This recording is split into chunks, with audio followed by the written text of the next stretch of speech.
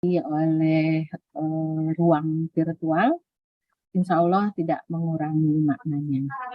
Siang ini kita akan kembali melanjutkan kegiatan kita dalam pelatihan statistik sektoral ini dengan sama-sama kita mendengarkan pengayaan ilmu yang luar biasa sekali. Ini Bapak Ibu dari pakarnya ini. Saya melihat CV-nya Pak Randi ini luar biasa. Oh, hebat sekali. Makanya Bapak Ibu rugi rasanya jika kita tidak menyimak dengan baik arahan atau penyampaian dari Pak Randi ini. Selamat siang Pak Randi. Alhamdulillah, terima kasih sudah bergabung di kegiatan ini. Sungguh kehormatan yang luar biasa buat kami bisa mendengar berbagi pengalaman dari Bapak. Bapak Ibu yang saya hormati, peserta pelatihan statistik sektoral siang ini kita akan mendengar ceramah berbagi pengalaman dari Bapak narasumber kita. Izinkan saya membaca daftar riwayat hidup beliau. Nama Bapak Randi Uri Hatnolo, alamat beliau ada di Jalan Perdatam, Jakarta Selatan. Beliau lahir di Mojokerto, jabatan saat ini sebagai perencana ahli media. Saat ini Pak Randi bertugas di Kementerian PPN atau Bappenas dengan pendidikan terakhir. Pak bingung Pak, saya banyak banget Bapak ini, Masya Allah luar biasa. Tabarakallah ya Pak Randi. Tapi nanti Bapak Ibu bisa mendengar langsung dari Pak Randi bagaimana pengalaman-pengalaman Bapak di University of British Columbia, University Boston, kemudian di Westminster, Harvard. Aduh, luar biasa. Mohon nanti berbagi pengalamannya ya Pak. Nah, saat ini Pak Randi menjabat sebagai sebagai perencana ahli utama. Tentu saja dengan jam terbang yang luar biasa ini, saya harapkan nanti Bapak akan berbagi pengalaman dengan kami. Mempersingkat waktu, saya berikan kepada Pak Randi untuk memberikan atau berbagi pengalamannya Pak Randi. Tapi mohon maaf, nanti kita sediakan sesi waktunya buat tanya jawab ya Pak. Bukan tanya jawab sih, buat teman-teman ingin bertanya kepada Bapak. Nanti kita sediakan waktunya buat teman-teman bertanya. Demikian Pak Randi, silakan waktu dan ruang kami persilakan. Terima kasih Bu Is, Bapak Ibu semua, kawan-kawan statistik di seluruh Indonesia.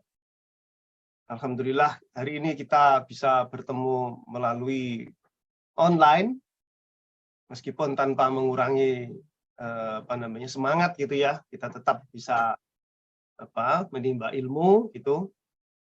Insya Allah hari ini bersama saya sampai jam 2. Nanti saya sampai jam 2 atau lebih sedikit. Itu habis gitu kita tanya jawab sekitar 30 menit ya Bu Is ya. Iya Pak, nanti kita insya Allah selesai di 14.30. Ya. Moga-moga materi saya bisa rampung dalam 1 jam. Singkat sekali, enggak apa-apa. Ini siang-siang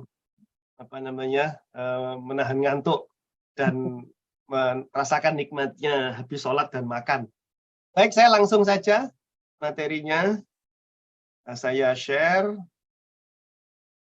Bapak Ibu, Assalamualaikum warahmatullahi wabarakatuh.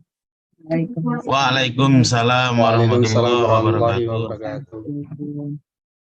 Waalaikumsalam. Hari ini saya mendapat tugas untuk memberikan materi yang berjudul Kompetensi Sumber Daya Manusia ASN dalam mendukung peningkatan kualitas kebijakan pembangunan daerah khususnya untuk bidang statistika.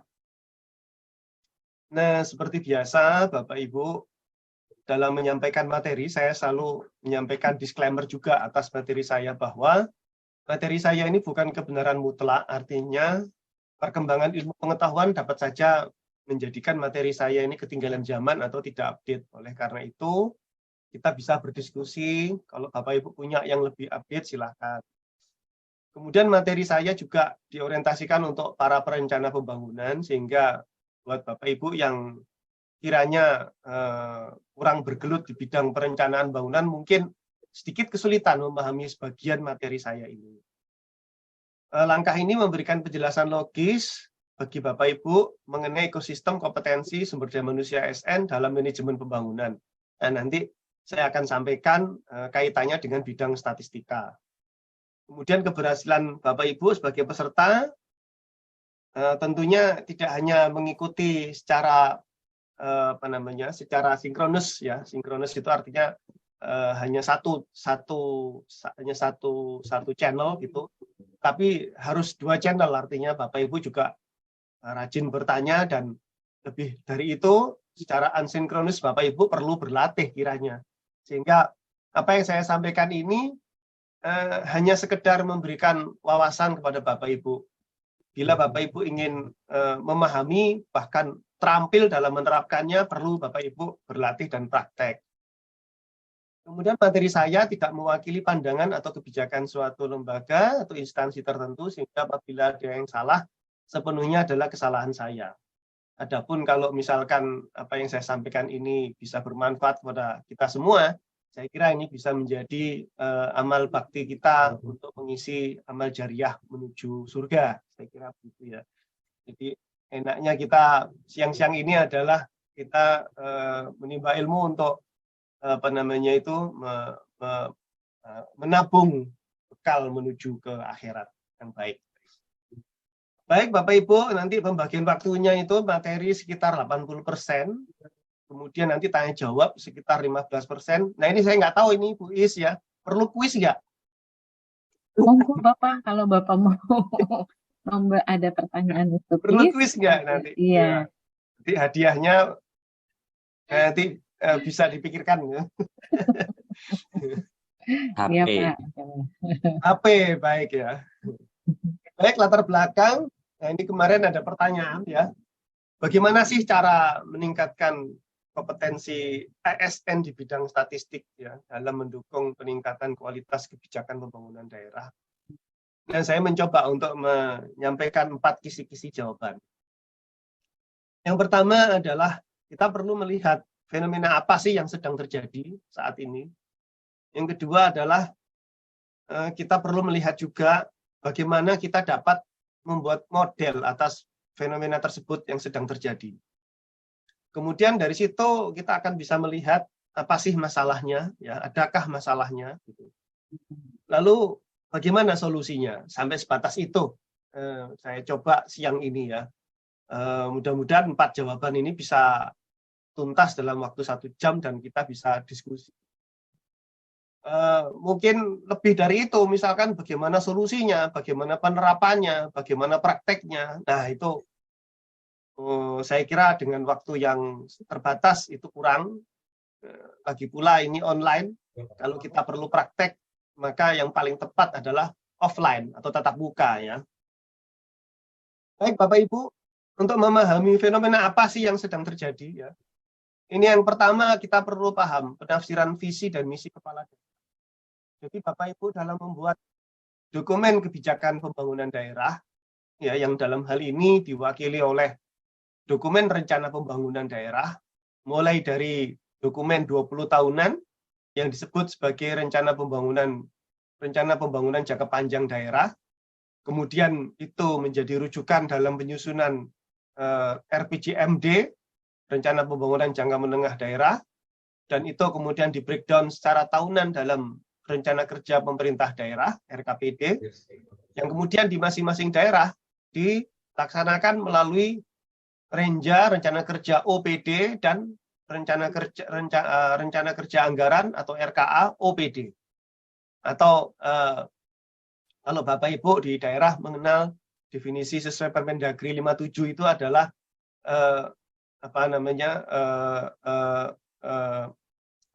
KUA PPAS, ya, kerangka umum anggaran dan perencanaan pembangunan sektoral, ya. Nah, kemudian dari penafsiran visi dan misi ini, Bapak Ibu, itu tentu banyak masalah di situ. Masalahnya apa? Karena visi dan misi kepala daerah itu diusung berdasarkan visi dan misi sesuai dengan perspektif politis. Artinya disusun oleh partai politik, yang mana visi dan misi itu disusun dalam rangka untuk pemenangan pemilu ketika mereka melakukan pilkada. Yang tentu ini tidak serta-merta sepenuhnya mungkin diperlukan oleh masyarakat di daerah itu, ya, atau minimal oleh sebagian dari masyarakat di daerah itu. Disinilah pentingnya kita sebagai Bapak Ibu, sebagai perencana pembangunan atau sebagai ASN yang menggeluti bidang pembangunan, memahami visi dan misi tersebut, kemudian menafsirkan ke dalam dokumen rencana pembangunan jangka menengah daerah, ya. Nah, ini menafsirkan ini itu Bapak Ibu perlu keterampilan khusus, ya, keterampilan untuk bisa membuat secara inline, ya, apa konten-konten dan substansi yang ada di dalam visi, kemudian substansi yang ada di dalam misi itu bisa diterjemahkan ke dalam dokumen teknokratik yang kita sebut sebagai RPJMD. Kemudian yang kedua, fenomena yang kedua adalah mengidentifikasi substansi kebijakan turunan. Nah, ini substansi kebijakan turunan dari visi misi ke dalam visi misi kepala daerah, ya. Jadi substansi kebijakan turunannya itu apa? Ke dalam visi dan misi kepala daerah. Nah, disinilah letak pentingnya Bapak Ibu mampu melakukan analisis ini, ya, secara beruntun, ya, secara berurutan, analisis, perumusan, penafsiran substansi kebijakan ke dalam draft dokumen rencana pembangunan. Nah, ini, ya. Jadi Bapak Ibu di sini dituntut bisa melakukan analisis, perumusan, penafsiran substansi kebijakan ke dalam draft dokumen rencana pembangunan. Sedemikian rupa ini ada pola normalnya. Pola normal itu adalah pola yang Bapak Ibu harus ikuti, mulai dari penyusunan draft rancangan awal, penyusunan rancangan awal, penyusunan rancangan sampai ketetapan, ya. Itu ada runtutannya, di mana masing-masing tahap tersebut Bapak Ibu selalu membutuhkan analisis, perumusan, kemudian penarasian substansi kebijakan ke dalam draft dokumen rencana pembangunan. Kemudian yang keempat, fenomena keempat apa sih? Yaitu adopsi substansi kebijakan ke dalam sistematika dokumen rencana pembangunan. Ya, ini, jadi 4 ini saja Bapak Ibu. Ini mungkin masih belum banyak dari para ASN, ya, baik di pusat tentunya maupun di daerah gitu, yang bisa secara tepat gitu, ya, menyusun tafsiran dari visi misi sampai ke adopsi substansi kebijakan ke dalam sistematika dokumen rencana pembangunan. Ini kalau Bapak Ibu tidak memiliki satu keterampilan tertentu gitu, ya, ini akan sulit dilakukan gitu, ya. Kemudian yang kelima adalah adopsi substansi kebijakan ke dalam nomenklatur program dan kegiatan. Nomor 5 ini tentu sudah ada, ya, adopsi substansi kebijakan sesuai visi misi tadi itu ke dalam RPJMD lalu ke dalam RKPD gitu, ya. Ini 2 hal yang berbeda sebetulnya. Nah, itu langsung misalnya masuk ke dalam nomenklatur program dan kegiatan. Nah, ketika masuk ke dalam nomenklatur program dan kegiatan, Bapak Ibu mungkin tidak perlu risau. Kenapa? Karena nomenklatur program dan kegiatan itu sudah ada. Sudah disediakan contohnya, ya, oleh Permendagri, ya, ada di Permendagri-nya nomenklatur program setiap OPD, nomenklatur kegiatan setiap sub OPD itu sudah ada. Jadi enak. Nomenklaturnya Bapak Ibu tidak perlu membuat baru, ya. Nah, problemnya adalah bagaimana mengadopsi substansi kebijakan yang merupakan muatan dari visi misi tadi itu ke dalam nomenklatur. Ini problemnya, ini match in kan, ya, antara muatan politis tadi itu ke dalam muatan teknokratis dan ke dalam muatan nomenklatur pembangunan. Kemudian yang keenam adalah analisis kebutuhan anggaran program dan kegiatan. Ini tentunya sudah ada ya nomenklatur anggaran tadi itu ya yang nempel di nomenklatur program dan kegiatan. Nah, problemnya adalah bagaimana Bapak Ibu mampu membuat analisis kebutuhan anggarannya. Kemudian argumentasi kebutuhan program dan kegiatan. Bapak Ibu pasti ditanya, ketika Bapak Ibu sudah sampai kepada suatu target outcome program dan target output kegiatan, lalu kemudian Bapak Ibu bisa menghitung berapa kebutuhan pagu untuk program dan kegiatan, itu Bapak Ibu sebetulnya sudah punya dasar argumentasi. Jadi ketika misalkan dalam pembahasan dengan legislatif atau pembahasan tingkat 1 ya dengan rekan sejawat, pembahasan tingkat 2 dengan Bapeda, pembahasan tingkat 3 dengan pimpinan daerah, pembahasan tingkat 4 antara pimpinan daerah dengan legislatif, antara eksekutif dengan legislatif, itu tentu Bapak Ibu memerlukan satu teknik tertentu untuk meyakinkan bahwa pilihan target dan pagu yang Bapak Ibu ambil untuk suatu program dan kegiatan itu masuk akal, ya. Nah, itu pilihan itu bisa masuk akal. Itu perlu Bapak Ibu bikin argumentasi yang baik, ya. Kemudian yang ke-8, penetapan program, kegiatan dan anggaran. Nah, ini dalam hal penetapan program, kegiatan dan anggaran, ini Bapak Ibu kan perlu bernegosiasi dengan anggota dewan. Ya, ini satu keterampilan tersendiri ini tentu ya Bapak Ibu yang perlu Bapak Ibu miliki. Agar apa yang Bapak Ibu sampaikan kepada anggota dewan itu bisa diyakini kebenarannya. Kemudian yang ke-9 adalah pelaksanaan, koordinasi pelaksanaan, pengendalian pelaksanaan, dan pengendalian pelaksanaan program dan kegiatan. Ini tentu ada satu keterampilan tersendiri ya. Misalnya keterampilan dalam hal memahami kualitas barang dan jasa.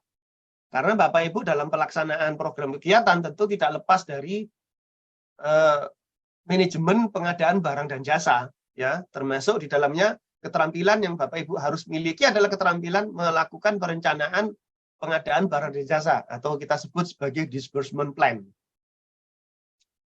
Yang ke-10 adalah evaluasi pelaksanaan program dan kegiatan. Ini teknik evaluasi ini juga menjadi keterampilan yang juga perlu Bapak Ibu miliki. Nah, dari 10 fenomena ini maka modelnya adalah kira-kira begini. Jadi bagaimana modelnya? Kira-kira kita perlu menelaah secara berurutan gitu ya. Mulai dari upaya kita melakukan penafsiran visi dan misi kepala daerah sampai kita mampu melakukan evaluasi atas pelaksanaan program dan kegiatan tersebut. Nah, di sini ya, dari 10 ini tentu kita kemudian membuat modelnya. Modelnya kita masukkan ke dalam kerangka berpikir seperti yang saya sampaikan di depan ini. Ya, jadi penafsiran itu dilanjutkan dengan pengidentifikasian substansi kebijakan dan turunannya, kemudian melakukan perumusan, analisis, perumusan, dan penarasian substansi, kemudian melakukan adopsi substansi ke dalam sistematika dokumen, ke dalam nomenklatur, kemudian melakukan analisis kebijakan anggaran, kemudian melakukan penguatan dalam argumentasi, dan seterusnya ya. Modelnya nih seperti ini. Nah, apa masalahnya? Nah, sekarang Pak, kita tinjau satu persatu. Dalam penafsiran visi dan misi kepala daerah, apakah statistik diperlukan?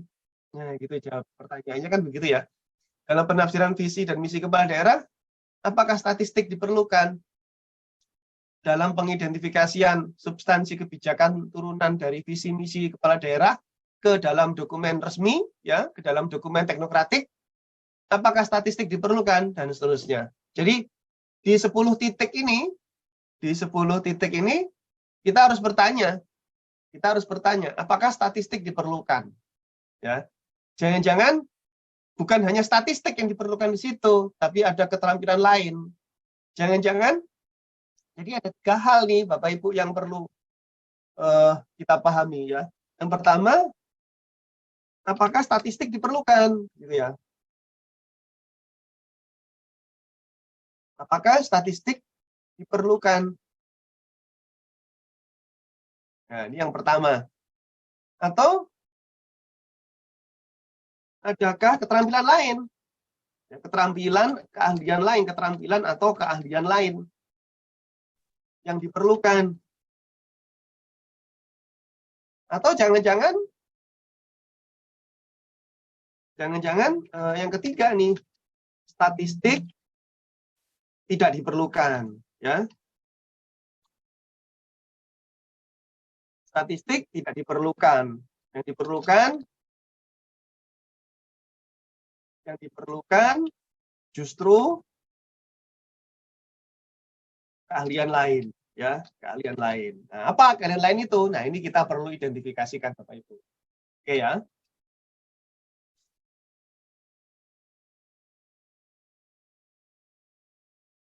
Yuk kita sekarang cari bagaimana solusinya, yuk kita bahas sama-sama. Ya, kita peta situasinya sekarang.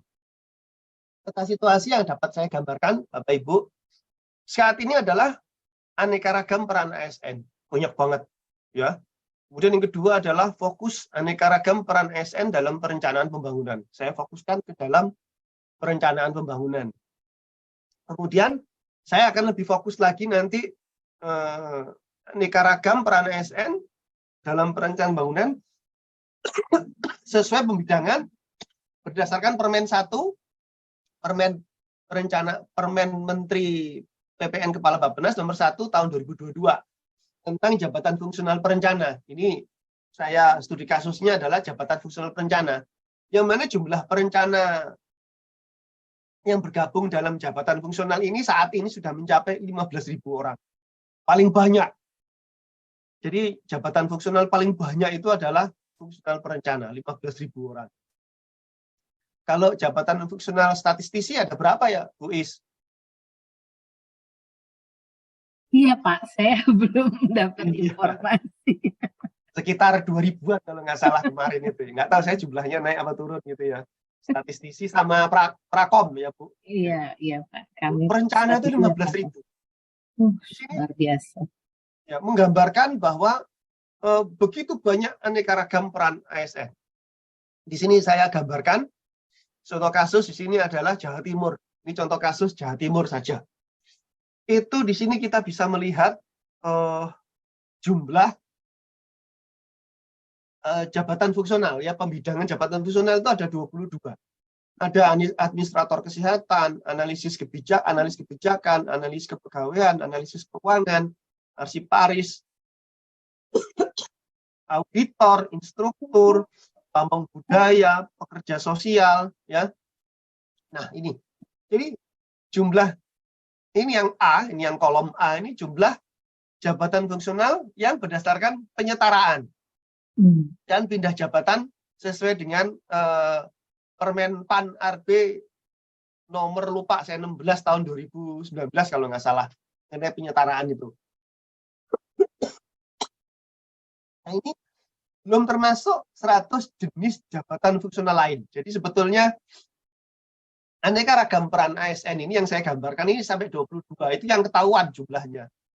Nah, ada 100 lagi yang jumlahnya itu ada yang tinggal antara 1 sampai 20 orang.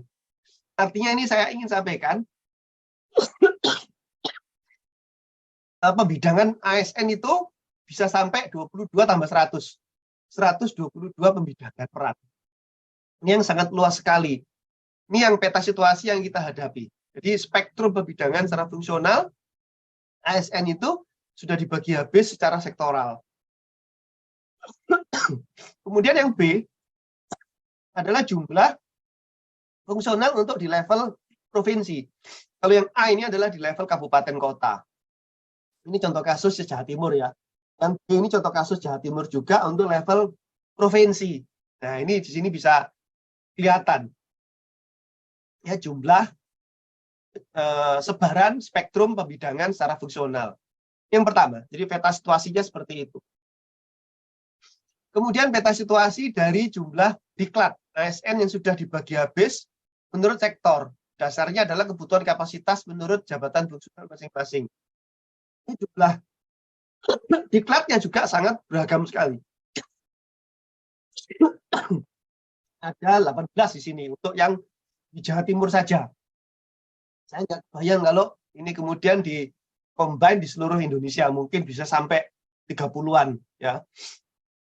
Nah, kemudian masuk ke dalam fokus aneka ragam peran ASN dalam perencanaan pembangunan. Di dalam Permen 1, Permen PMPPN Kepala Bappenas 1 tahun 2022, perencanaan pembangunan itu ada 5 keterampilan yang harus dimiliki. Yang pertama adalah keterampilan melakukan identifikasi perencanaan pembangunan. Kemudian keterampilan perumusan kebijakan pembangunan. Kemudian keterampilan mengadopsi substansi kebijakan tadi ke dalam dokumen resmi rencana pembangunan. Kemudian keterampilan dalam mengendalikan pelaksanaan dan mengkoordinasikan pelaksanaan kebijakan pembangunan. Kemudian keterampilan dalam melakukan evaluasi hasil pelaksanaan. Nah ini ada 5 keterampilan ini. Saya ulangi lagi Bapak Ibu ya. Peta situasinya yang pertama adalah adanya aneka ragam peran ASN. Ini ditunjukkan oleh jabatan fungsional. Kemudian aneka ragam kebutuhan pelatihan, yang sangat banyak sekali. Yang masing-masing jabatan fungsional sudah menempuh keahlian melalui diklatnya masing-masing. Kemudian yang ketiga, khusus untuk yang perencanaan pembangunan, itu ada 5 keterampilan yang harus dimiliki. Ini ya. Apakah saya terlalu cepat atau gimana Bapak Ibu? Cukup ya? Saya nggak terlalu cepat ya. Baik. Nah, kalau diperdalam lagi Bapak Ibu, ya 5 keterampilan para perencana pembangunan untuk identifikasi kebijakan ini, apa sih yang dilakukan? Pertama adalah kajian kebijakan atau background study, atau green design, atau rencana induk, atau pembuatan peta jalan, atau pembuatan rencana aksi, gitu ya. Kedua adalah kajian pengembangan kebijakan, program, kegiatan, proyek, dan komponen. Ini yang dalam bahasa teknis kita sebut sebagai kajian teknokratik yang didasarkan pada metode faktorial, ya, yaitu pengkajian faktor-faktor yang diperlukan dalam faktor-faktor input yang diperlukan dalam pelaksanaan kegiatan dan program. Kemudian yang ketiga adalah kajian evaluasi kinerja kebijakan. Kemudian yang keempat adalah kajian perencanaan proyek prioritas atau proyek strategis atau major project daerah. Nah ini kemudian untuk yang keterampilan perumusan kebijakan, ya itu kegiatan untuk merumuskan sebagian atau keseluruhan naskah dokumen rencana pembangunan berdasarkan klasifikasi dokumen, berdasarkan klasifikasi RPJPD, berdasarkan klasifikasi RPJMD, berdasarkan klasifikasi Renstra OPD, berdasarkan klasifikasi RKPD, berdasarkan Renja OPD, berdasarkan RKA OPD, berdasarkan DIPA, dan seterusnya. Kemudian juga masih dalam keterampilan merumuskan kebijakan ini adalah kegiatan merumuskan sebagian atau keseluruhan perhitungan pagu anggaran atau bentuk pembiayaan berdasarkan jenisnya, dekon, TP, DAK, dan seterusnya. Kemudian yang ketiga adalah masih dalam rumpun keterampilan perumusan kebijakan adalah merumuskan sebagian atau keseluruhan naskah kebijakan dan pembiayaan rencana kebijakan, program, kegiatan, proyek, dan komponen. Nah, untuk yang adopsi kebijakan, ini adalah kegiatan menyusun atau sebagian atau keseluruhan naskah hasil pembahasan kebijakan yang dilakukan dalam forum pimpinan, musrenbang, ada berbagai tingkatan, rakorbank, rakortek sesuai bidang, ya termasuk forum konsultasi publik dalam rangka penyusunan rencana dan penganggaran bangunan, ya termasuk rapat dengar pendapat dengan mitra DPR. Kemudian yang keterampilan pengendalian itu adalah laporan berkala hasil pemantauan, laporan berkala pelaksanaan pengendalian, laporan khusus atau insidental atau combined report atas hasil pemantauan atau proses pengendalian, misalnya laporan SDG. Kemudian untuk evaluasi ya, keterampilan evaluasi. Ini adalah laporan berkala hasil evaluasi pelaksanaan kebijakan, termasuk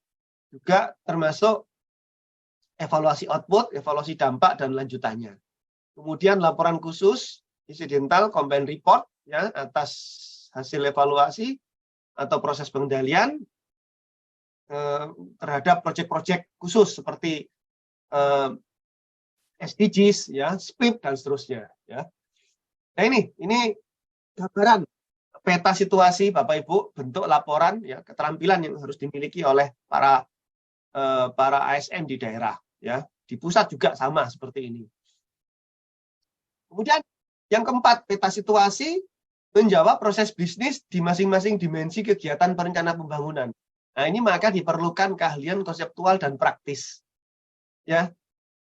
Ini setiap ASN di setiap OPD ini perlu memahami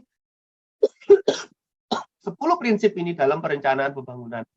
Ya, mulai dari memastikan perubahan struktur, mendefinisikan sesuatu yang tersembunyi, merasionalkan fenomena, melakukan perencanaan foresight, melakukan perencanaan efisiensi, melakukan perencanaan sesuai prosedur yang akuntabel, ya berdasarkan teknik forecast, mengikuti siklus mekanisme yang bermartabat, menggunakan data, bahwa perencanaan itu yang baik adalah mampu mempertahankan siklus kehidupan manusia, dan perencanaan baik itu tentu dapat dievaluasi. Ini 10 prinsip ini perlu dikuasai oleh para perencana ya dalam melakukan manajemen pembangunan. Nah, problemnya adalah tidak semua SN mampu menerapkan teknik-teknik ini, apalagi yang bukan perencana. Nah, ini Bapak Ibu ya.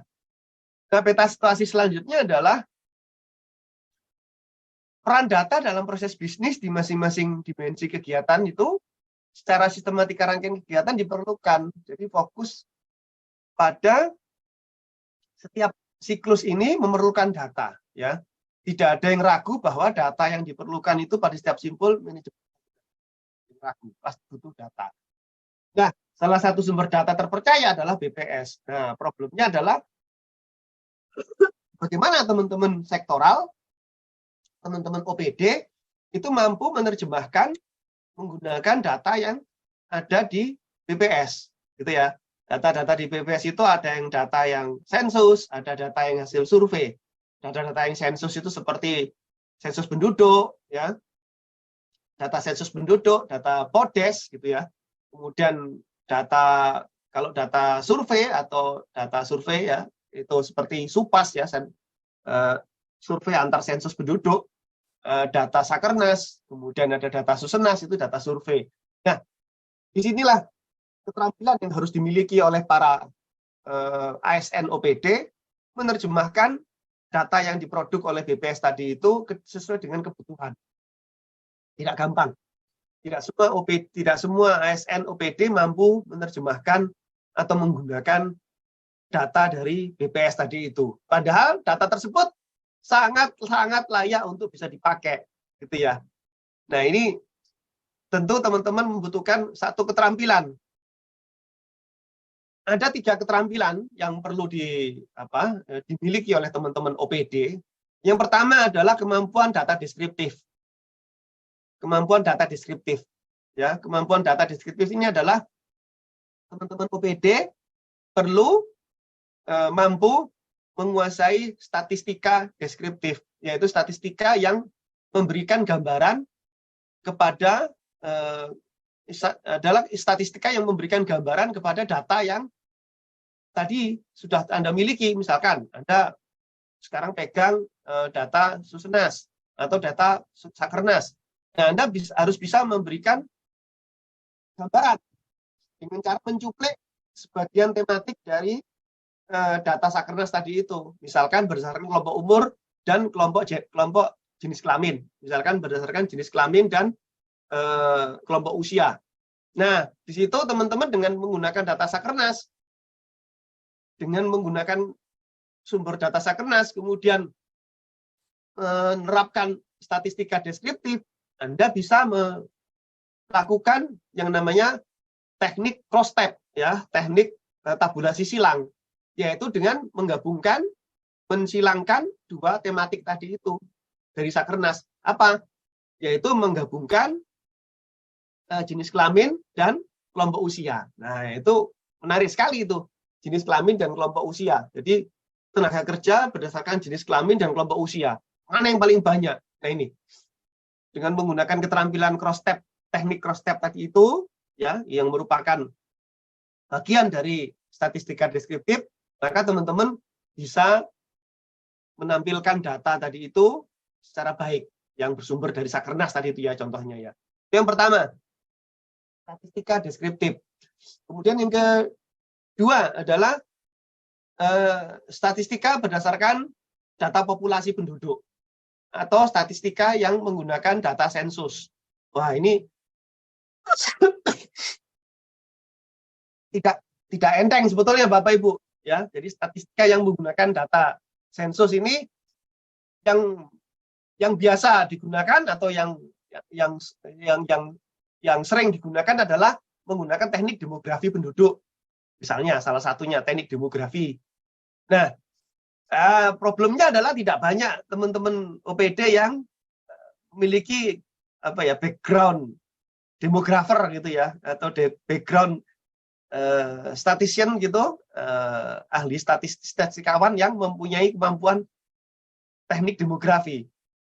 Padahal dengan menggunakan statistika demografi atau statistika yang menggunakan data sensus, ini teman-teman akan bisa melakukan forecast secara tepat, kebutuhan misalnya nih, jumlah beras yang diperlukan oleh setiap rumah tangga dalam 5 tahun. Teman-teman bisa melakukan forecast. Berapa jumlah beras yang diperlukan oleh setiap rumah tangga dalam 5 tahun. Bahkan dalam 1 tahun. Selama 5 tahun. Tahun pertama, tahun kedua, tahun ketiga, tahun keempat, tahun kelima. Di forecast. Dengan menggunakan satu teknik demografi. Ya, teknik pertumbuhan penduduk. Maka teman-teman bisa memforecast setiap pertumbuhan penduduk itu berimplikasi pada demand pada bahan pangan. Bahan pangan itu antara lain adalah beras. Nah, dengan memforecast pertumbuhan penduduk, maka teman-teman bisa mengetahui jumlah beras yang dibutuhkan. Sehingga dari situ teman-teman bisa memforecast hal kedua adalah berapa jumlah beras yang dibutuhkan dalam satu kabupaten. Kemudian yang ketiga, memforecast berapa sumber daya keuangan yang diperlukan apabila sekian persen dari penduduk mendapatkan subsidi beras. Nah, itu teman-teman dapat menerapkan bila menggunakan statistika demografi, statistika yang menggunakan data sensus, ya. Kemudian yang ketiga adalah statistika inferensi. Statistika inferensi ini adalah teman-teman menggunakan data survei. Statistika inferensi ini variasinya lebih banyak Bapak Ibu, ya. Ini nanti secara teknis mungkin kapan-kapan kita bisa diskusikan lebih lanjut ya, statistika inferensi. Itu statistika inferensi itu mulai dari statistika eksploratoris, prediktif sampai ke evaluatif, ya. Kemudian yang paling sulit itu adalah statistika inferensi longitudinal. Ini yang paling sulit. Ya, longitudinal atau double difference ya, itu yang paling sulit karena membutuhkan data yang sangat beragam. Nah, nanti saya akan berikan petanya ya. Kira-kira para ASN itu minimal itu harus menguasai teknik statistika yang mana ya. Intinya adalah kita sudah punya sumber data yang solid dari BPS. Persoalannya adalah data yang ada di BPS seperti data sensus, data Supas, data Sakernas, Susenas, Podes, itu masih belum optimal dimanfaatkan oleh teman-teman OPD. Kenapa? Kemungkinan karena teman-teman OPD masih belum menguasai atau sedikit menguasai teknik-teknik, salah satu dari teknik dari 3 kelompok tadi itu. Ya. Nah, ini ekspektasinya Bapak Ibu. Ya. Ekspektasinya itu adalah Bapak Ibu mampu menjalankan siklus manajemen pembangunan ini dengan baik. Ya. Ada 10 titik siklus manajemen pembangunan, Bapak Ibu. Yang pertama adalah siklus data pokok. Ini ekspektasinya minimal ya. Dalam manajemen data pembangunan, Bapak Ibu minimal mampu menggunakan Excel. Nah, ini tujuannya untuk apa? Agar Bapak Ibu mampu bisa mengekstrak data dari BPS atau mampu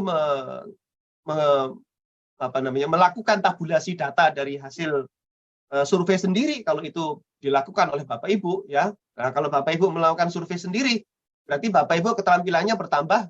Selain melakukan analisis statistika, juga harus mampu melakukan memiliki keterampilan melakukan survei, gitu ya.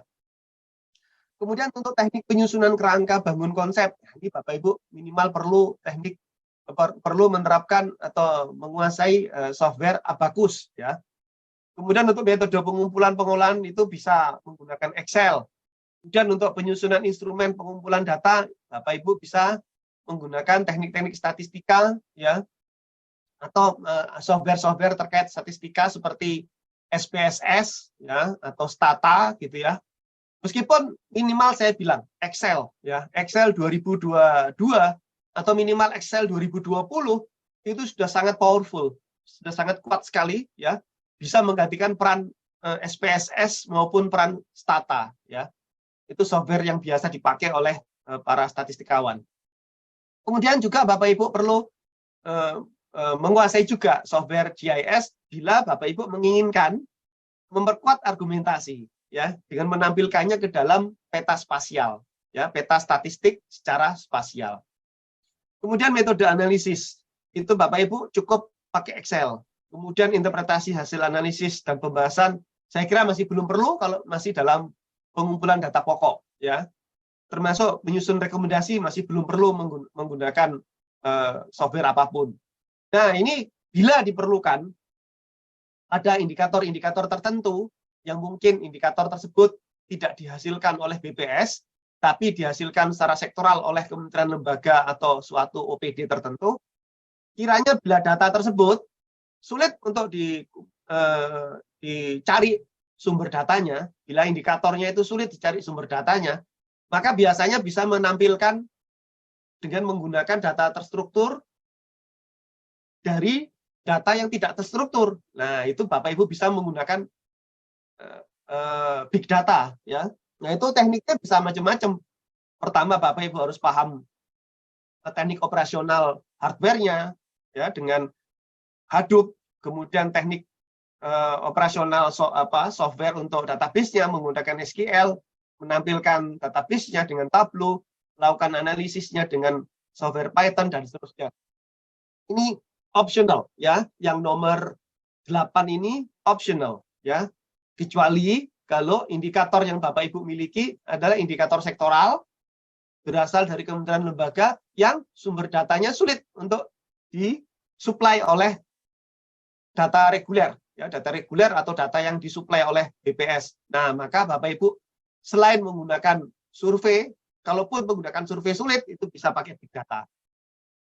Kemudian yang kedua, ya, siklus yang kedua ini analisis kebijakan dan kajian atau analisis teknokratik. Itu lebih luas lagi Bapak Ibu. Pertama, Bapak Ibu harus paham konsep pembangunan.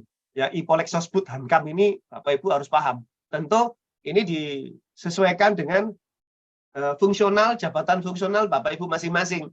Kalau sudah berada di fungsional analis kebijakan, ya analis kebijakan di sektor tenaga kerja, ya yang bersangkutan harus paham dengan sektor konsep pembangunan yang terkait dengan sektor tenaga kerja.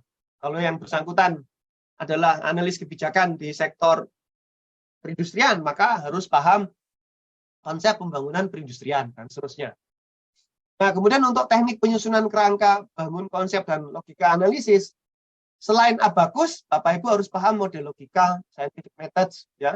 Salah satu teknik scientific methods yang Bapak Ibu bisa adopsi atau bisa Bapak Ibu terapkan adalah SPDI framework. SPDI framework ini, SPDI framework ini singkatan dari Smart Policy Design and Implementation. Nah, ini kapan-kapan kalau Bapak Ibu mau terapin bisa, ya. Nanti difasilitasi Bu Is gitu, ya, saya kira. Itu kita bisa latihan secara tatap muka. Ini kalau online agak sulit ini, ya. Kalau online terus terang agak sulit. Iya Pak, nanti kita usulkan di kelas klasikal, ya Pak, ya. Ya, di Diklat Speedy gitu ya. Ini kalau Bapak Ibu nggak praktek, hanya dengerin saya. Oh, teknik penyusunan kerangka bangun konsep dan logi analisis itu perlu Speedy Framework. Ya, caranya gimana? Nggak tahu, tadi nggak diajari sama Pak Randy. Ya, karena nggak cukup waktunya. Jadi kita ini overview saja buat Bapak Ibu ya. Kemudian untuk metode pengumpulan, pengolahan, dan analisis data. Selain pakai Excel, mungkin Bapak Ibu perlu juga pakai SPSS ya. Kalau sebetulnya pakai Excel juga ada ya. Kecuali kalau Microsoft Office Bapak Ibu belum diupdate di tahun 2022 minimal ya. Nah, itu akan kesulitan ya. Versi kalau nggak salah versi 14 ya. 14 atau 15 itu. Microsoft Office versi 14 itu yang 2022. Itu sudah canggih sekali ya Bapak Ibu. Saking canggihnya saya sendiri juga masih overwhelmed dengan kebaruan yang ada di SPSS tahun 2022. Nah, di Excel 2022 itu canggih sekali sampai saya juga masih overwhelmed.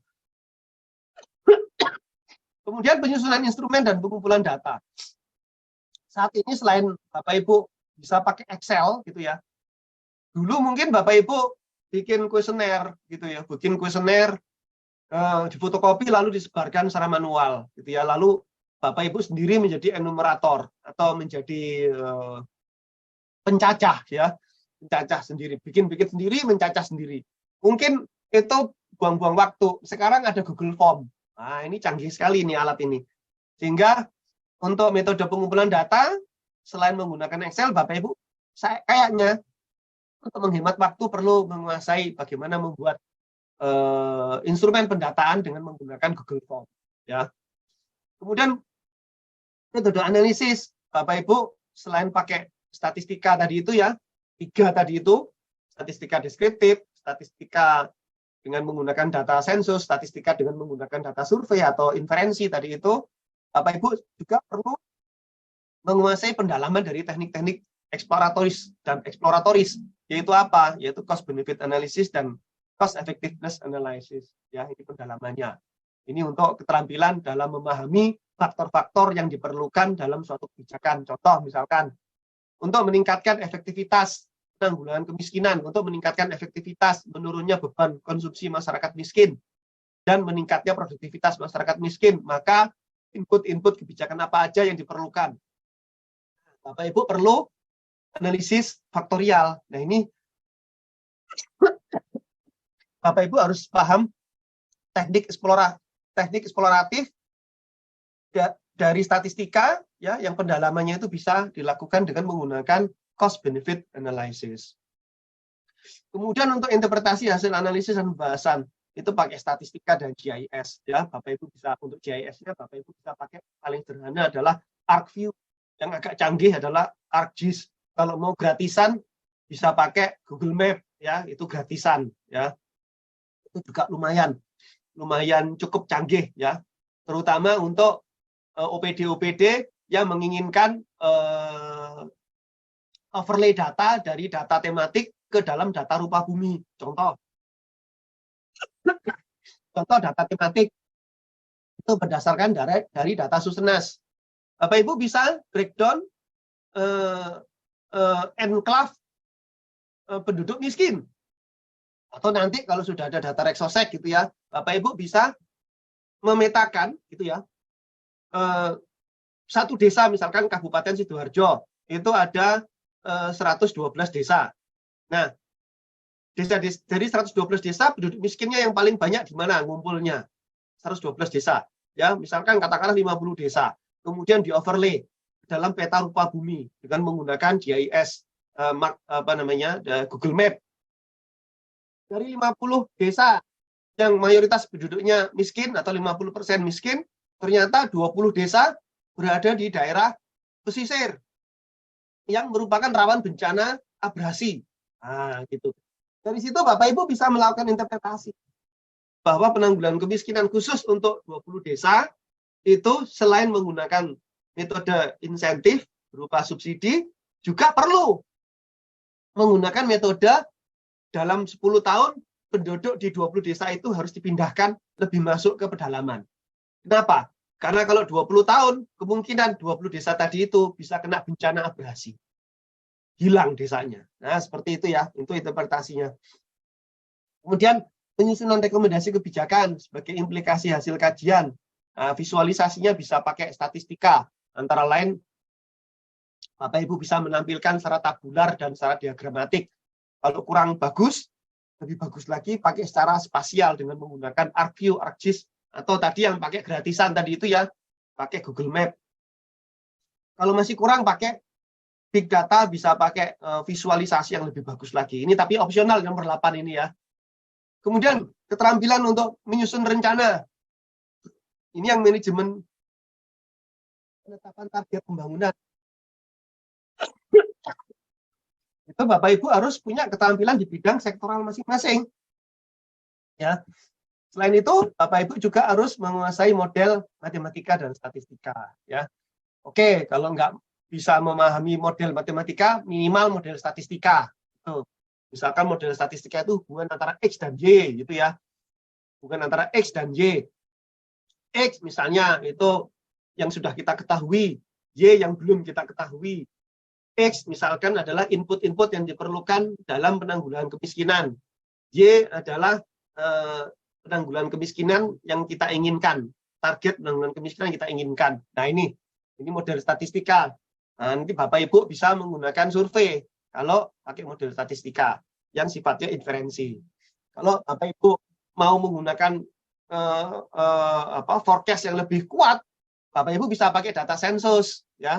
Jadi statistikanya menggunakan statistika data sensus atau statistika demografi. Nah, ini bisa lebih kuat lagi. Tapi minimal pakai statistika inferensi. Kemudian untuk teknik penyusunan kerangka bangun konsep dan logika analisis. Nah, ini Bapak Ibu harus paham model logika, scientific methods tadi ya, SPIDI framework. Kemudian untuk metode pengumpulan, pengolahan dan analisis data pembangunan, Bapak Ibu bisa pakai Excel atau aplikasi in-house, aplikasi yang dibangun sendiri oleh OPD atau oleh kementerian lembaga. Misalnya, teman-teman dari Badan Nasional Penanggulangan Bencana, itu saat ini sudah mengembangkan aplikasi sendiri yang berbasis Google Map, yaitu untuk mengetahui apakah untuk menggabungkan dua data, yaitu data tematik dan data rupa bumi.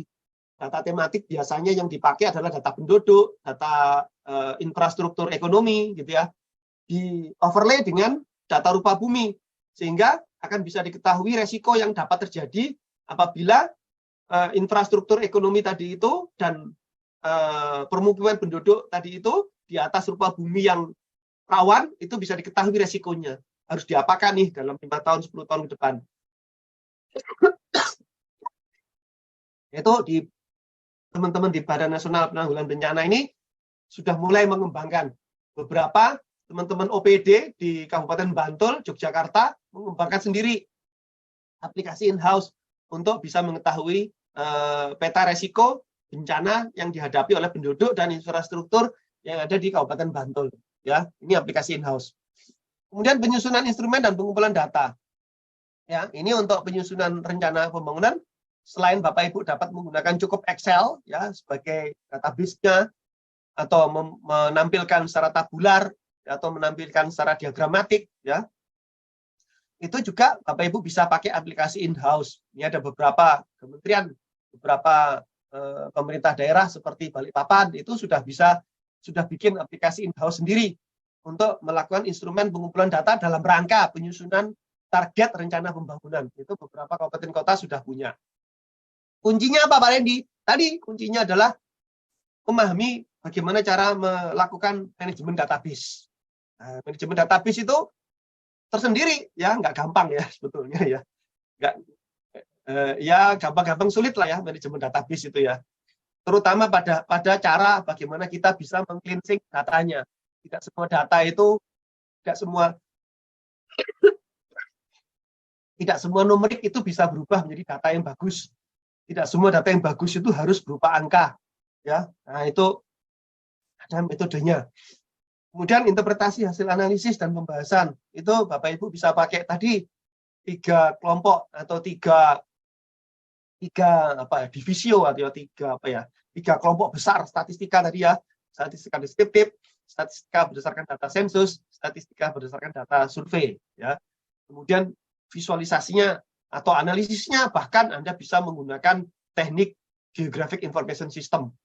Baik itu yang gratisan ya, Google Map tadi itu sudah saya sampaikan, maupun yang murah ya, yang softwarenya murah itu ArcGIS, yang agak mahal ArcView yang murah, yang mahal ArcGIS ya. ArcGIS itu bahkan lebih powerful karena di dalamnya sudah nempel juga software-software atau formula-formula statistika, bahkan formula-formula untuk melakukan forecast. Kemudian untuk penyusunan rekomendasi, Bapak Ibu bisa pakai statistika dan GIS tadi. Nah, ini 8 ini opsional ya. Nomor 8 ini bila indikator yang Bapak Ibu pilih dalam menggambarkan kebijakan tadi itu salah satu sumber datanya atau bahkan semua sumber data yang dipakai untuk memperoleh gambaran indikator tadi itu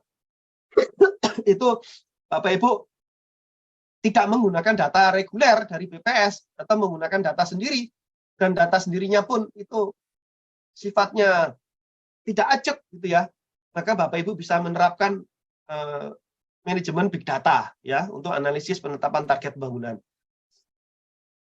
Kemudian untuk keterampilan, ini keterampilan yang nomor 4 ya. Jadi ada 10 ini, 1, 2, 3, 4, 5, 6, 8, 9, 10 ya.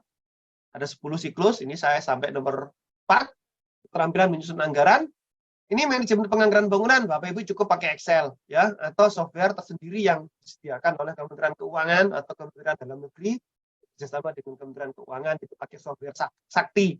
Software Sakti itu basisnya adalah SPSS ya. Basis software Sakti itu adalah SPSS. SPSS itu menggunakan platformnya Excel ya. Dulu menggunakan platformnya Lotus ya.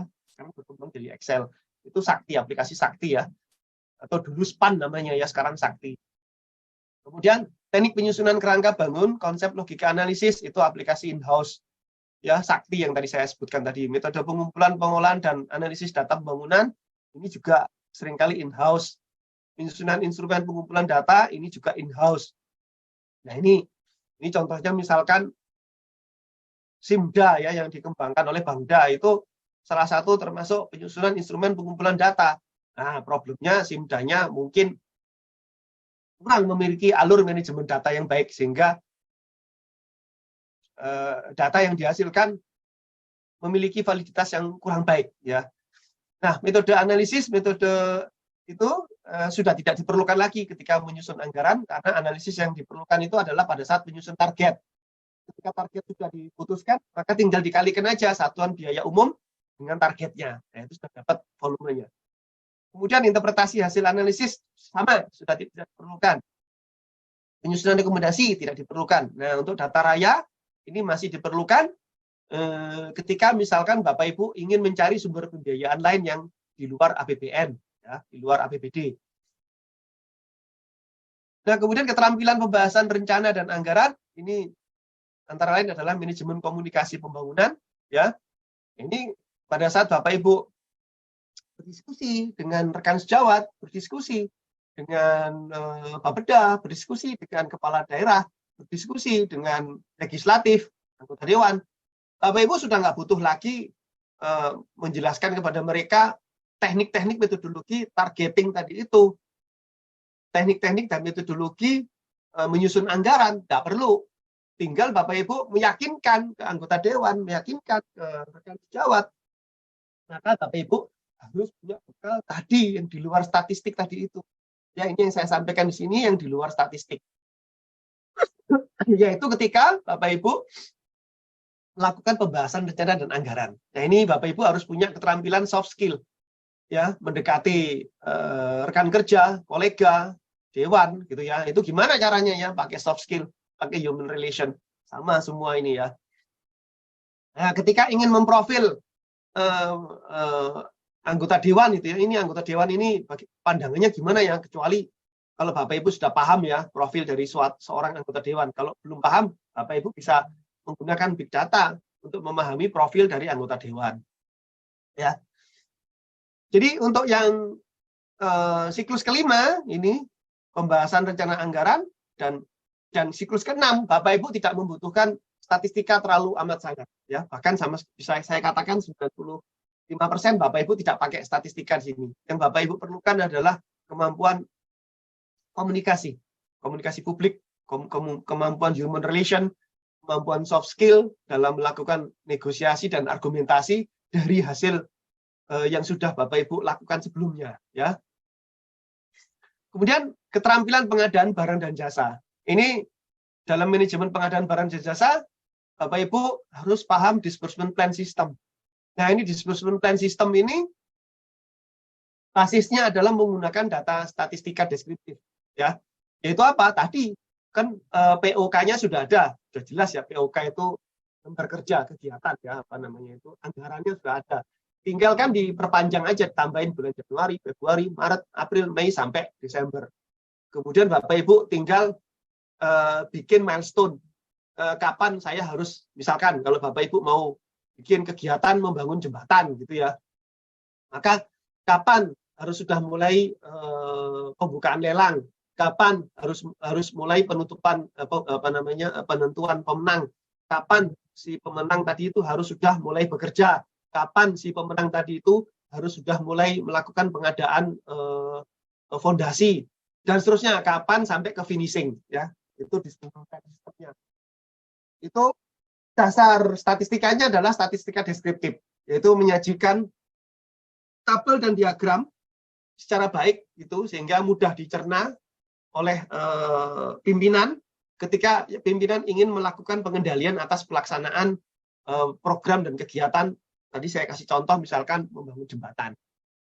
Nah, teknik-teknik lainnya itu sudah teknik aplikasinya in-house, ya.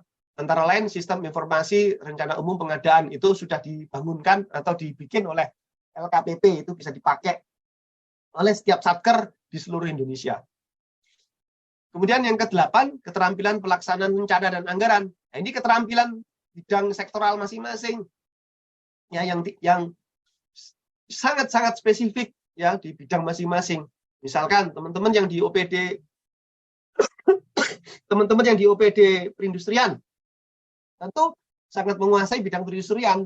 Ketika dia harus belajar ketenagakerjaan akan sulit, ya, atau dia akan belajar lingkungan hidup akan sulit, ya, dia akan spesifikasi di situ.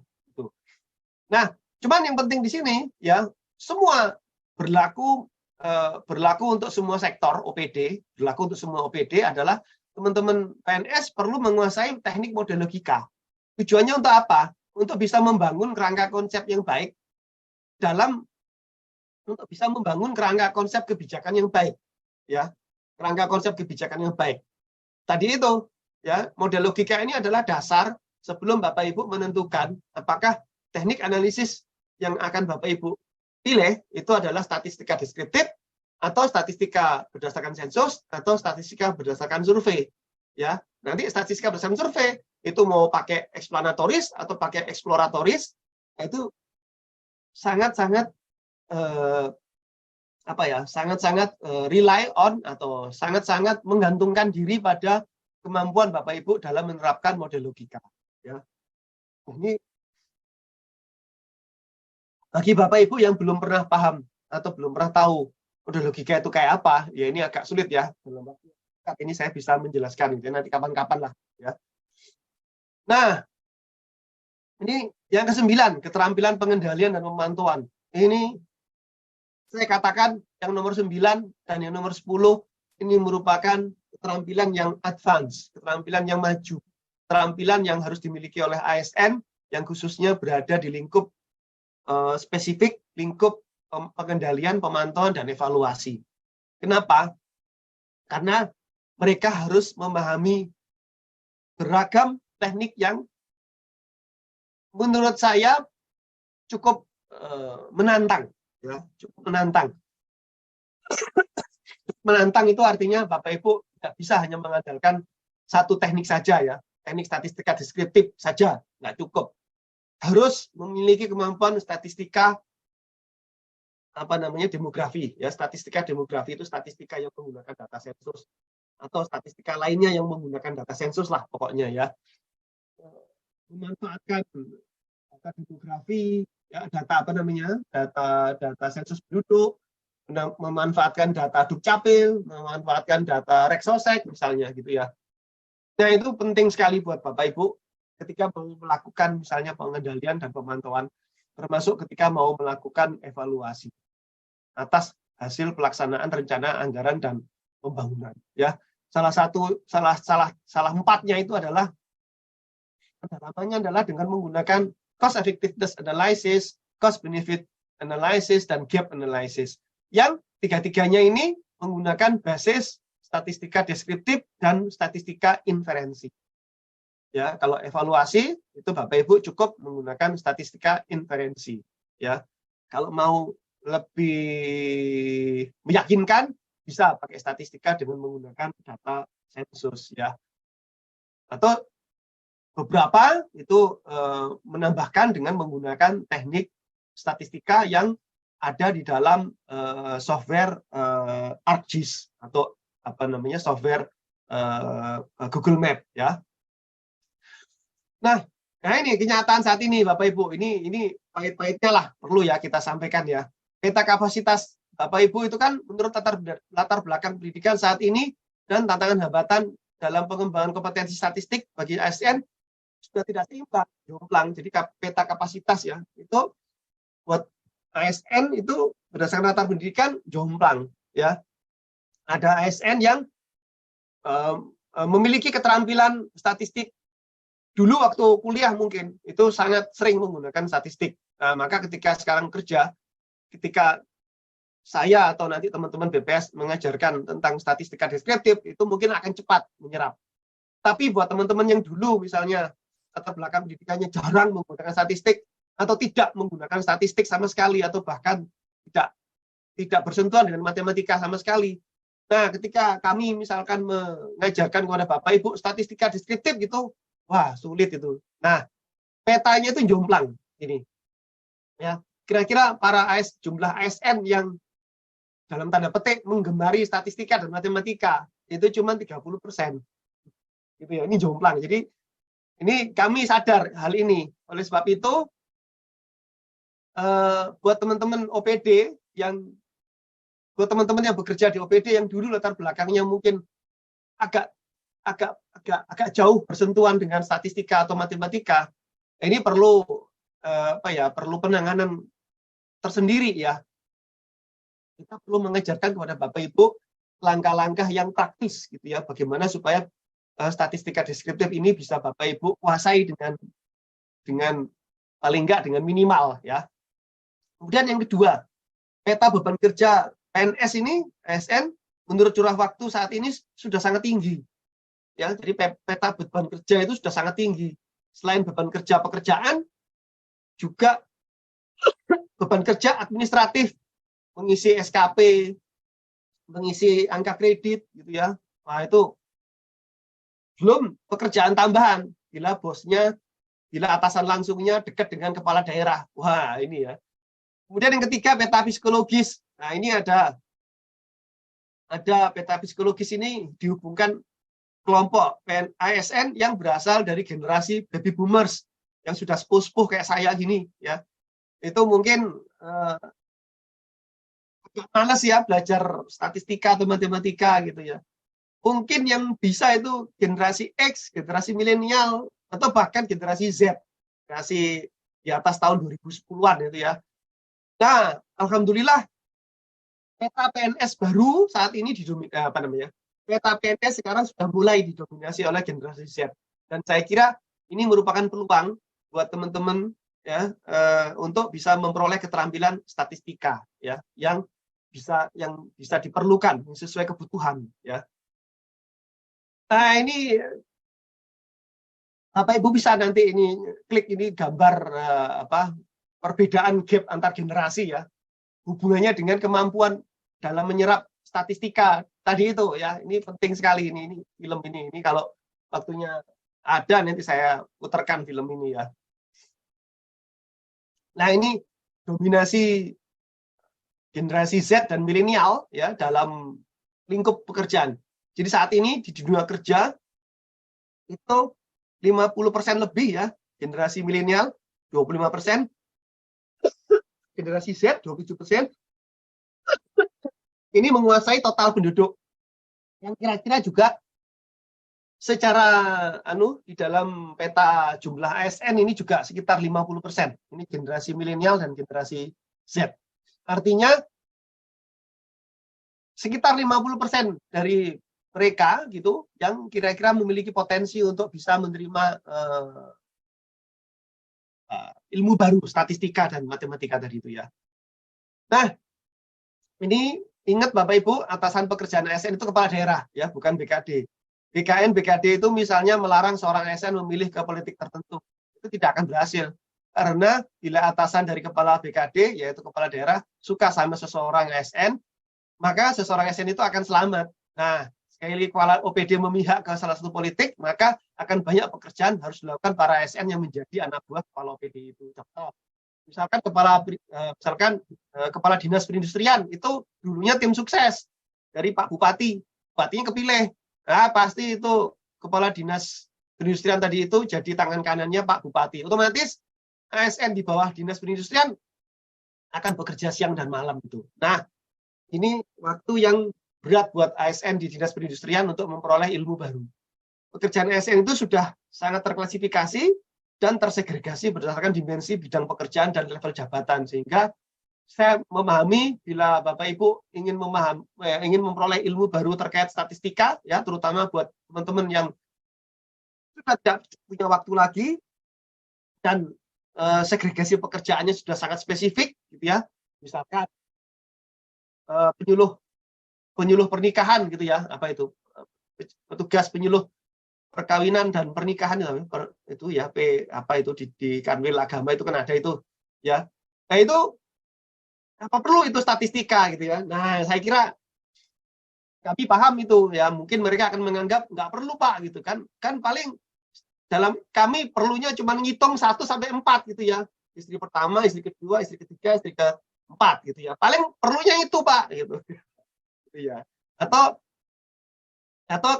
paling taunya 3 Pak. Talak 1, talak 2, talak 3 gitu ya. Nah, gitu. Paling taunya itu yang dinas Kanwil Agama.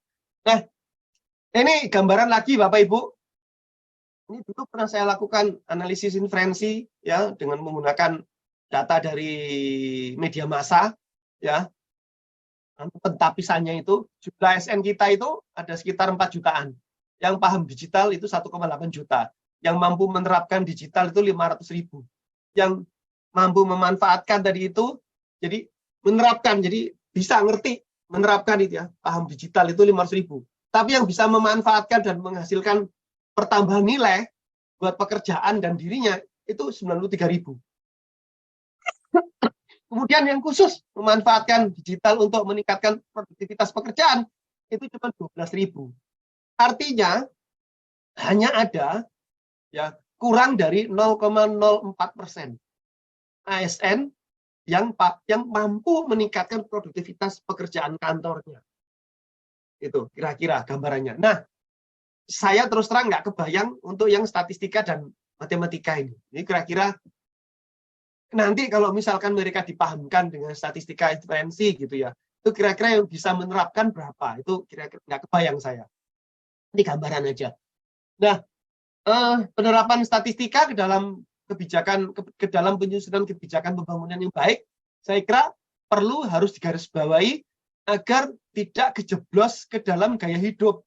Wah, yang penting pokoknya menerapkan statistika, yang penting menerapkan matematika, tapi lupa bahwa tujuannya adalah ke Undang-Undang Dasar 45, ya, yaitu mencerdaskan kehidupan bangsa, melindungi bangsa dan wilayah Indonesia, memajukan kesejahteraan umum, ikut melaksanakan ketertiban dunia, kan itu ya.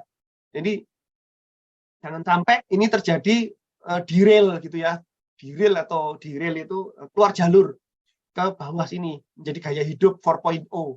Wah, jangan sampai terjadi misalkan pembulian. Wah, lu kalau nggak paham statistik, lu nggak sesuai dengan gaya hidup modern nih gitu. Nah, gitu. Enggak, jangan sampai seperti itu. Ini penting sekali ya. Jadi nanti teman-teman dalam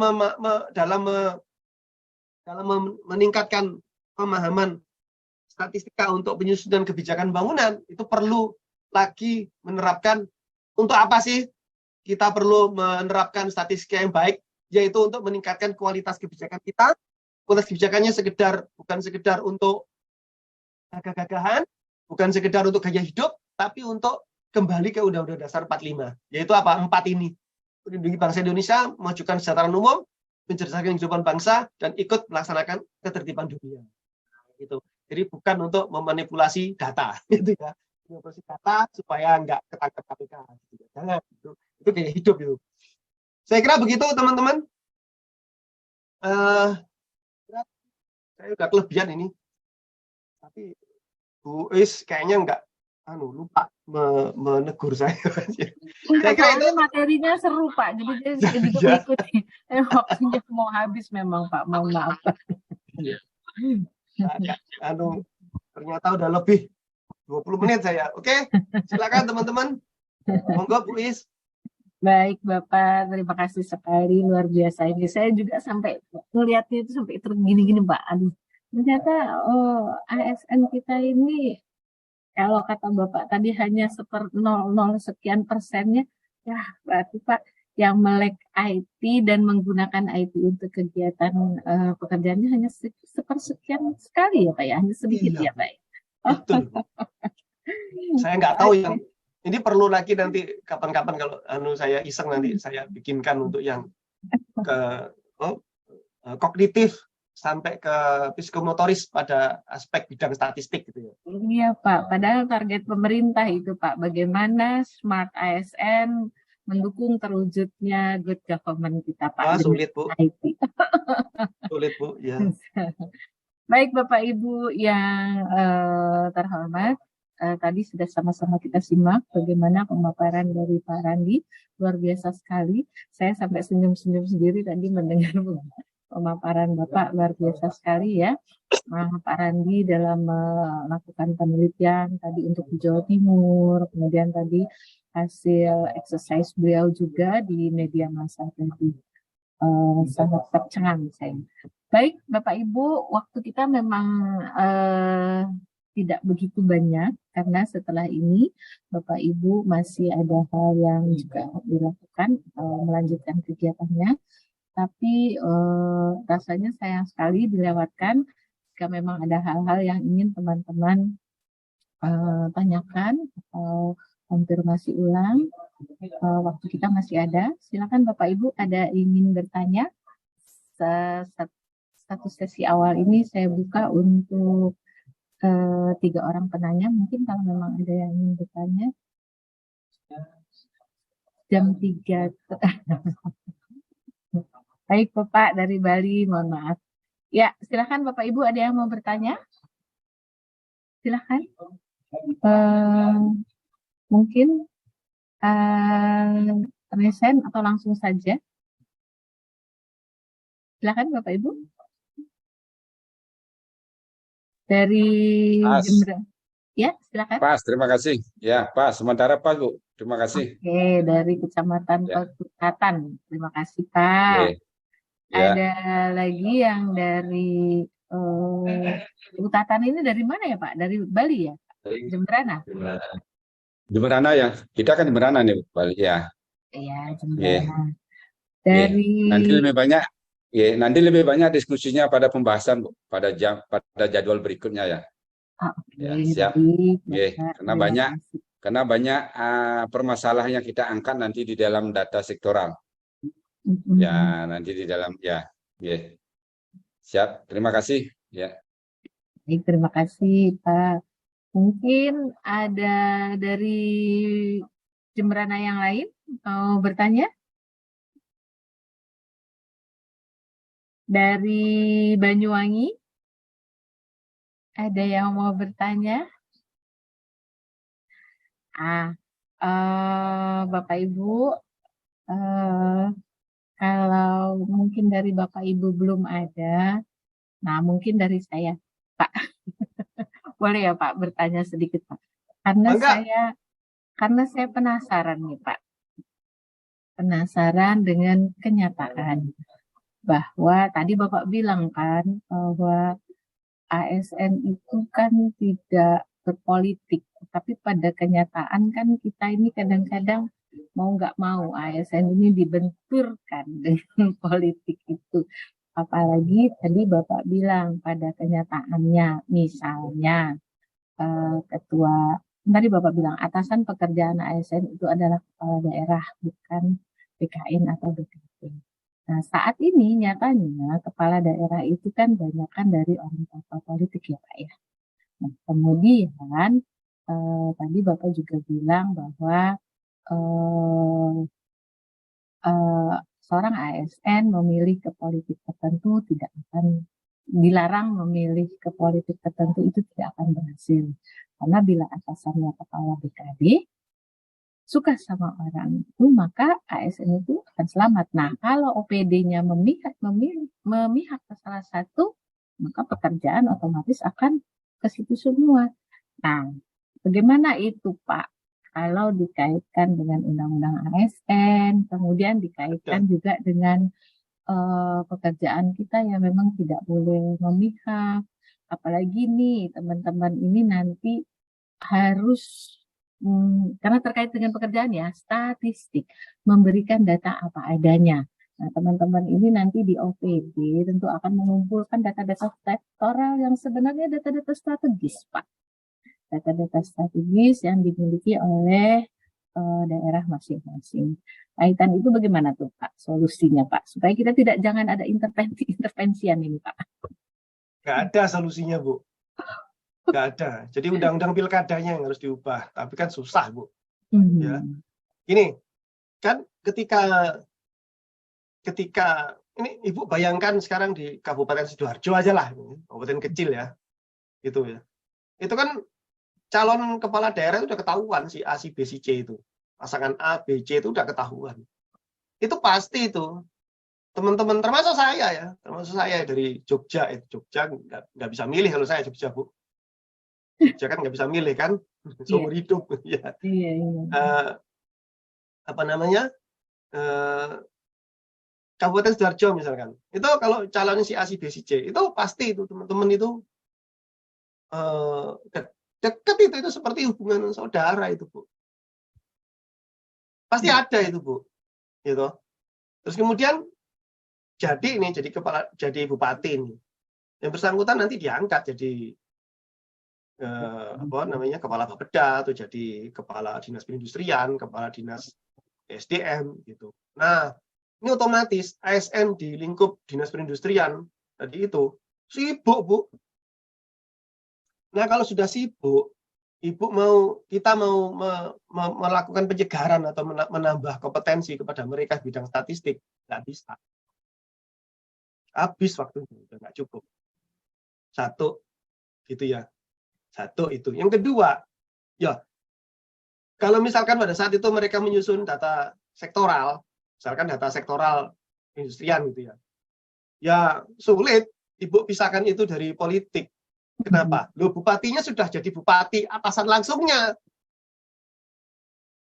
Ya semua tergantung bupatinya. Gitu, Bu. Sulit, Bu. Oke, baik Bapak, terima kasih. Jawabannya bukan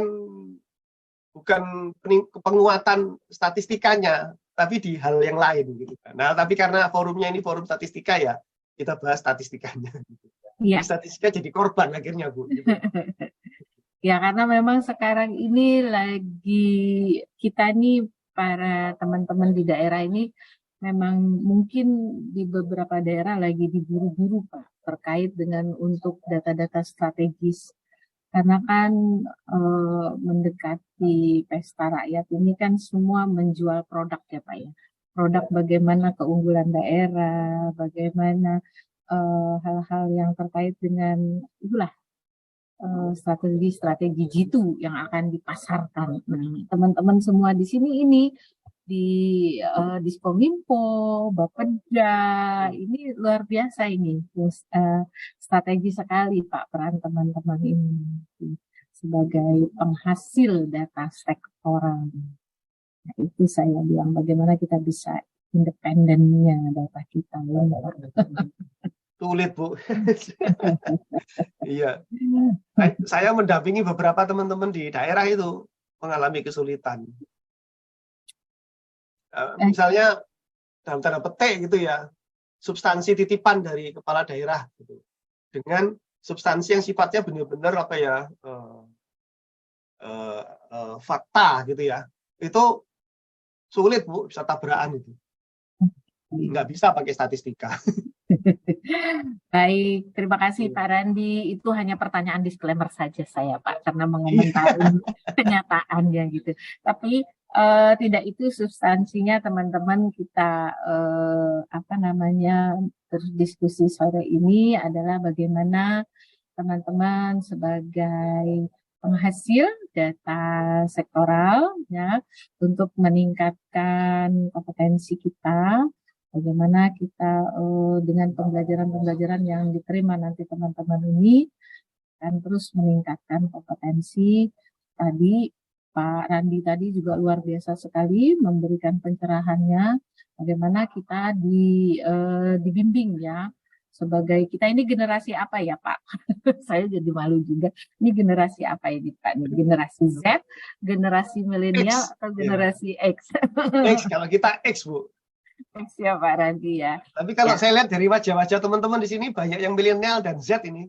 Iya, betul Pak. Masih muda-muda banget ya Pak.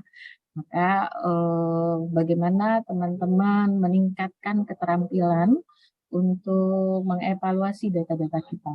Tadi Pak Randy tadi memberikan exercise teman-teman untuk memperkuat statistik deskripsinya ya Pak, deskriptifnya. Statistik itu seperti seperti tabulasi data gitu ya, terus kemudian membuat metadata, kemudian menentukan standar data, menentukan sumber data, melakukan visualisasi data gitu. Itu paling banter itu paling teman-teman. Iya, karena memang dengan memperkuat deskriptif kita itu kita bisa membuat reasoning ya Pak ya atas data yang kita sampaikan itu mengapa ini bisa terjadi, mengapa ini bisa Batas terjadi. tapi Bu ya. Iya betul, Ya. karena tidak ada uji-ujinya atau Iya. penelitian lebih lanjut. Ya. Nanti teknik analisis interpretasinya, teknik analisis itu naik ke puncak gunung tinggi sekali gitu. Naik turun dinarasikan sesuai grafiknya. Iya Pak, masih datanya naik, datanya turun karena belum atau tidak didukung data-data pendukung. Baik Bapak Ibu, masih ada yang ingin bertanya? Jika monggo silakan. Ya, silakan Bapak Ibu. Kita masih ada waktu sedikit.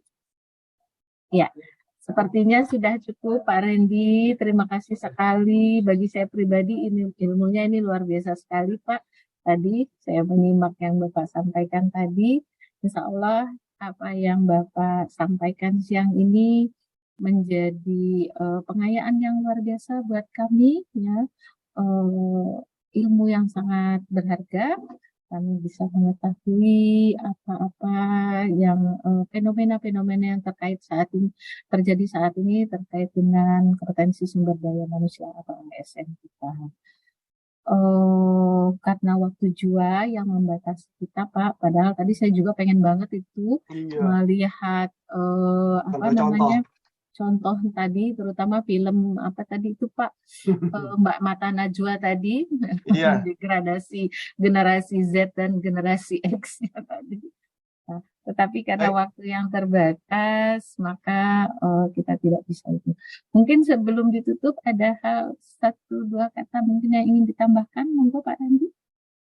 Ya, saya kira buat teman-teman OPD ya, mendekati pilkada atau pertama mendekati pilkada ya, yang penting itu. Yang kedua dalam rangka memenuhi satu data gitu, saya kira itu ada 3 aspek yang penting. Semua itu rangkumannya adalah pada kelompok statistika deskriptif, yaitu kemampuan teman-teman dalam memahami standar data tadi itu. Yang kedua mampu memahami metadata gitu ya, dan yang ketiga adalah mampu melakukan pendataan.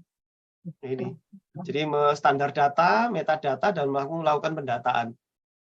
Problemnya itu ketika mampu membuat standar data, metadatanya lupa. Ketika sudah sampai ke metadata, pendataannya lupa atau kesulitan. Ya.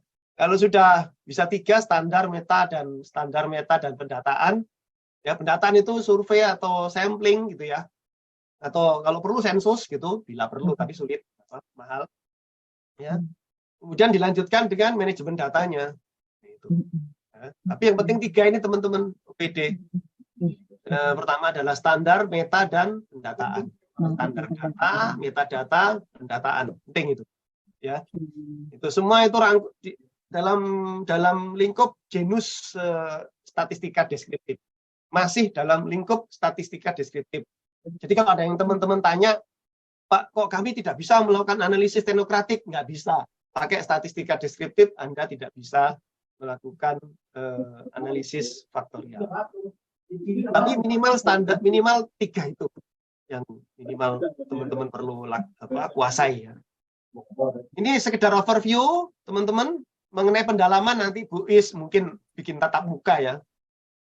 Bikin tatap muka, pelatihan sehari menetapkan standar data. Wah, keren itu Bu. Dengan menggunakan teknik kerangka kerja model logika. Luar biasa ini Pak Wandi. Insya Allah nanti Pak bisa terlaksana sehingga menambah lagi wawasan kita, menambah lagi pengayaan ilmu kita. Luar biasa Pak Wandi. Baik Bapak Ibu yang saya hormati, karena terbatas waktu jualah yang harus menghadiri kegiatan kita sore hari ini. Kami selaku penyelenggara mewakili pimpinan mengucapkan sangat-sangat berterima kasih kepada Pak Randy atas penyampaian materinya tadi. Semoga ini menjadi ladang amal yang luar biasa buat Pak Randy karena berbagi ilmunya. Dan teman-teman di sini akan menambah semangat juga mengikuti kegiatan di pelatihan statistik ini. Mohon maaf apabila ada kekurangan Pak Randy. Sesi ini saya tutup dengan ucapan alhamdulillahirrahmanirrahim. Wabillahi taufiq wal hidayah. Wassalamualaikum warahmatullahi wabarakatuh. Terima kasih teman-teman semua. Ya, terima kasih. Terima kasih. Saya doakan wallahu muwaffiq ila aqwamit. Wassalamualaikum warahmatullahi wabarakatuh. Waalaikumsalam warahmatullahi wabarakatuh. warahmatullahi wabarakatuh. Ya, makasih Pak Randy. Pak Reni. Teman-teman, Ya. untuk